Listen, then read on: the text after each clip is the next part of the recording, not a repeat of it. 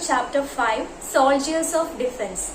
In last class we discussed about specific defense mechanism, and we know that the lymphocytes, which are the white blood cells that helps in specific defense mechanism, and these lymphocytes are of two types, T lymphocytes and B lymphocytes.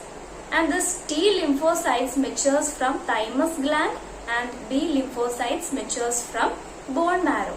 We studied all these things, and now we shall learn how this T lymphocytes and B lymphocytes helps in destroying the pathogens. So first we shall learn how the B lymphocytes destroys the pathogens.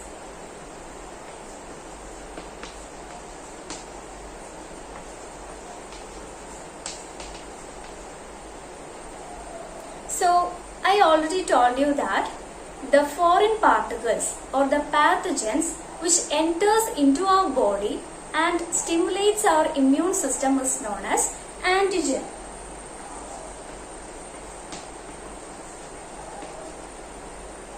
So here the B lymphocytes are specifically destroying the antigen which enters into our body, and this B lymphocytes consist of certain proteins which helps to destroy the antigen is known as antibodies.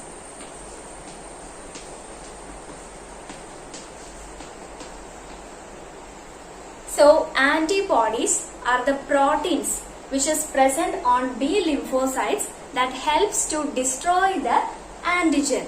So these antibodies destroy this antigen in three different ways. So which are those three different ways by which the antibodies destroys the antigen? Let us find out. So the first method is that the antibodies degenerates the cell membrane of the bacteria. And the second method is that the antibody neutralizes the toxin present in the antigen. And the third method is that the antibodies stimulates other white blood cells to destroy the pathogen which enters into our body. So these are the three methods by which the antibodies destroys the antigen or the pathogen or the foreign particle which enters into our body. Now we shall learn how the T lymphocytes helps in defense mechanism, or how it helps in destroying the pathogens that enters into our body.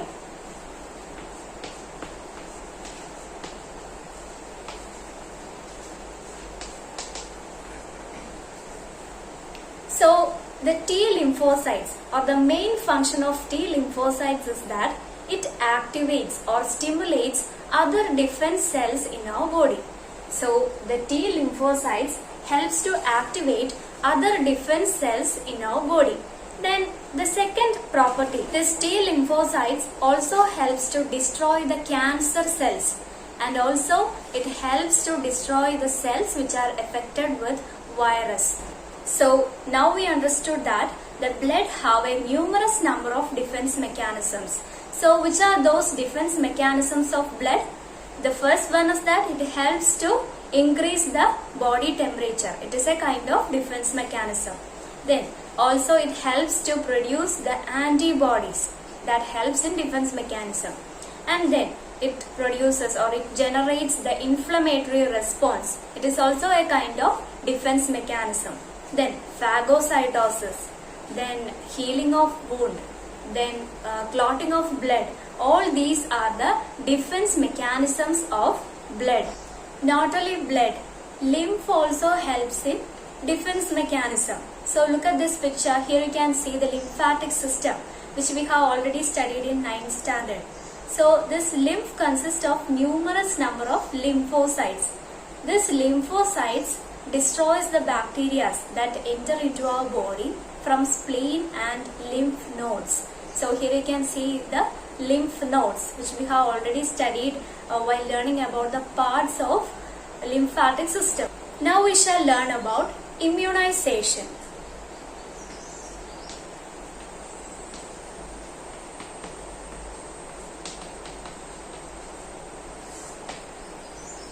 So what is immunization? Immunization is an artificial method of making defense cells alert against the attack of pathogens. So we know that which are the defense cells? White blood cells are the defense cells. So by immunization method, we are giving an alert to the defense cells to prevent the attack or to prevent the entry of pathogens. Okay, now we shall look on to the history of immunization. So immunization was started by an English doctor and his name is Edward Jenner. Edward Jenner. So on his studies, Edward Jenner observed that the people who are infected with cowpox escaped from smallpox. So what is cowpox? We already know that it was a dangerous disease in earlier times, but now it is not there. And we know what is smallpox. So what was his observation? Edward Jenner observed that the people who got affected with cowpox escaped from smallpox. So he decided to make a study on this particular incident. So he selected an 8-year boy for his study. And after that, he collected the pus from a patient who infected with cowpox, and then he injected it into the body of that 8-year-old boy. And normally that boy get affected with cowpox and slowly he recovered from cowpox. And after 2 months, Edward Jenner collected the pus from a smallpox infected patient, and then he injected this pus into the body of that same 8-year-old boy. So he does not get affected with smallpox, or he escaped from smallpox. So this particular study leads to the immunization program. So immunization, which is also known as vaccination, immunization program is also known as vaccination, and it got its name from a Latin word that is vacca. Vaccination is the term which is derived from a Latin word vacca, which means cow. Vacca means in Latin it is cow. So this is in the memory of the study of Edward Jenner on cowpox, which leads to the immunization program. These are the list of some preventive vaccines that should be taken at different stages of life from birth to childhood.